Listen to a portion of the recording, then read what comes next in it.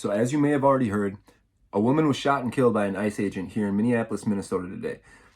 Now there's a lot of misinformation and disinformation about the situation that a lot of people do not understand what's really going on. So what we're going to do is we're going to watch a video of the actual incident, and then we're going to listen to a bystander give his take of what happened, what he saw. Get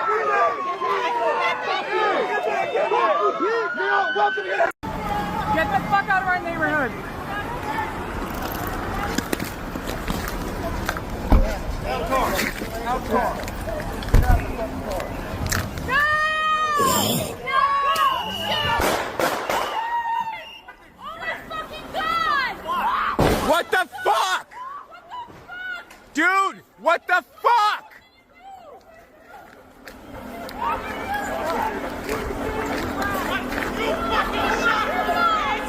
Fucking shot. Dude, you did a murder for what?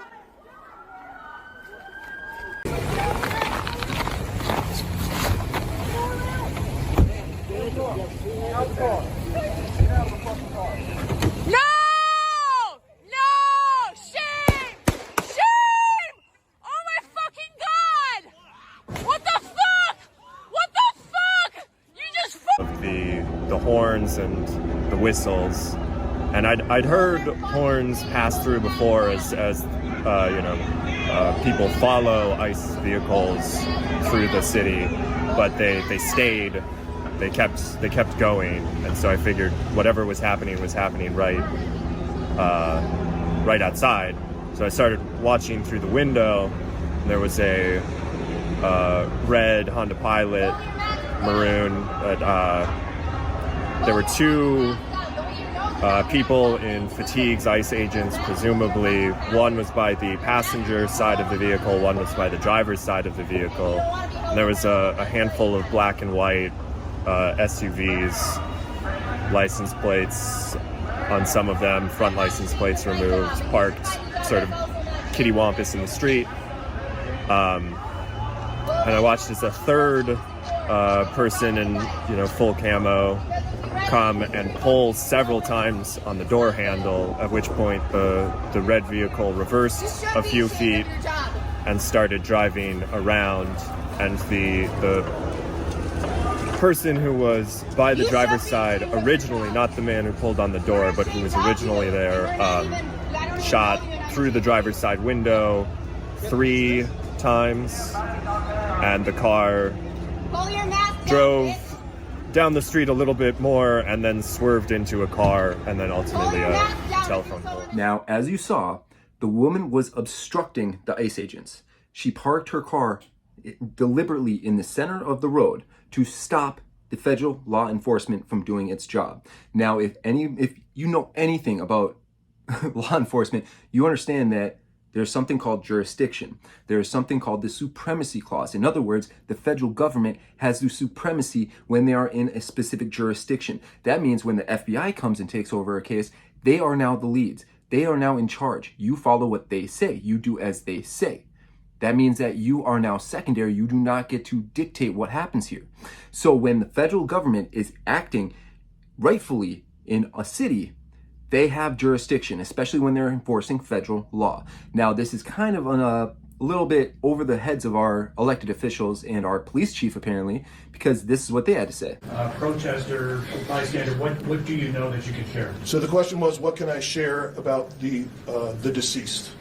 There is nothing to indicate that this woman was the target of any law enforcement investigation or activity. This woman was in her car, and it appears then blocking the street because of the presence of federal law enforcement, which is obviously something that has been happening not just in Minneapolis, but around the country. She appears to be a middle-aged white woman. She's just about a... Now, the crazy thing about this guy being our police chief is that he is willing to tell you that, parking your car in the middle of the street to, block ICE or any sort of law enforcement, that's just something we see all throughout the country without acknowledging the fact that that is called obstruction, which is a crime. He also forgets to mention the fact that the federal government has supremacy when it is acting inside of a specific local jurisdiction. Why? Because your municipality falls within their authority. And when you slam on your gas pedal while there is an ICE agent or any sort of law enforcement right in front of you, you are now an active threat, which means they have the use of deadly force at their disposal. But they don't want to tell you that.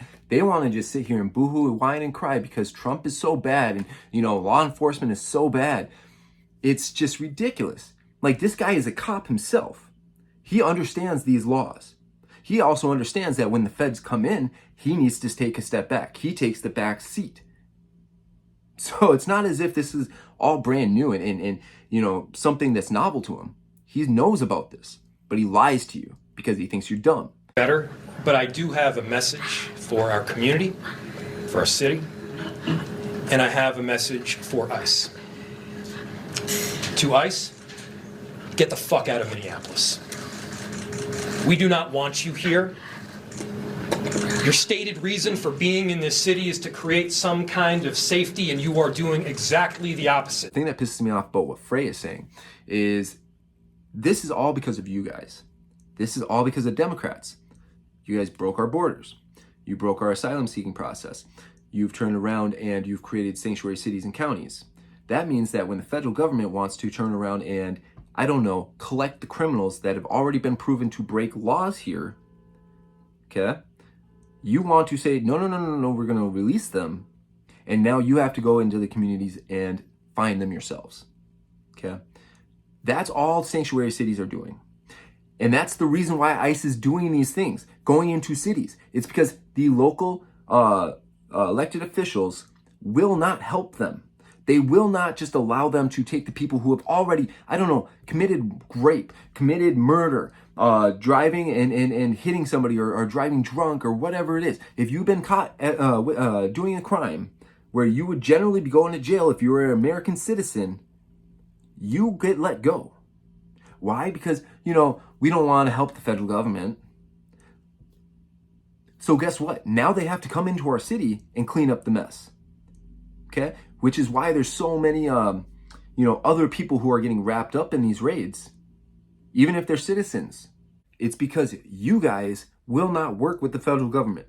You guys will not just help enforce laws that are on the books of people that are in your jurisdiction. So this is your fault. You broke our border. Now the federal government and the conservative movement now has to come in and clean up, which is why if I win the governorship, which might be a long shot, but if I win, I will make sanctuary cities and counties obsolete. I will, on day one, I will make an executive order statewide that if you end up coming across somebody who has no real right to be in this country, that you are forced to detain and then facilitate the transfer of that individual to the state government.